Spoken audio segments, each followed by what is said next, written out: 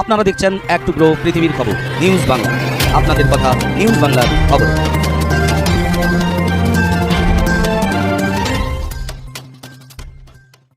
পশ্চিম মেদিনীপুর জেলার খড়গপুর শহরে রেলনগরীতে খড়গপুর মহকুমা হসপিটাল চাঁদমারিতে আজ মহিলা প্রসূতি বিভাগের আসন সংখ্যা বৃদ্ধি করা হলো। ইতিপূর্বে 50টি শয্যা সংখ্যা ছিল মহিলা বিভাগের প্রসূতি আসন, এই ক্ষেত্রে 86টি করা হলো আজ থেকে। আজ পশ্চিম মেদিনীপুর জেলার স্বাস্থ্য বিভাগ এবং পশ্চিমবঙ্গ সরকারের উদ্যোগে এই আসন সংখ্যা বৃদ্ধি করা হলো। এর ফলে বহু মহিলার অসুবিধা দূর হবে। গ্রামগঞ্জ এবং শহর থেকে মহকুমা অঞ্চলের থেকে বহু মহিলা এই হসপিটালের উপর নির্ভরশীল।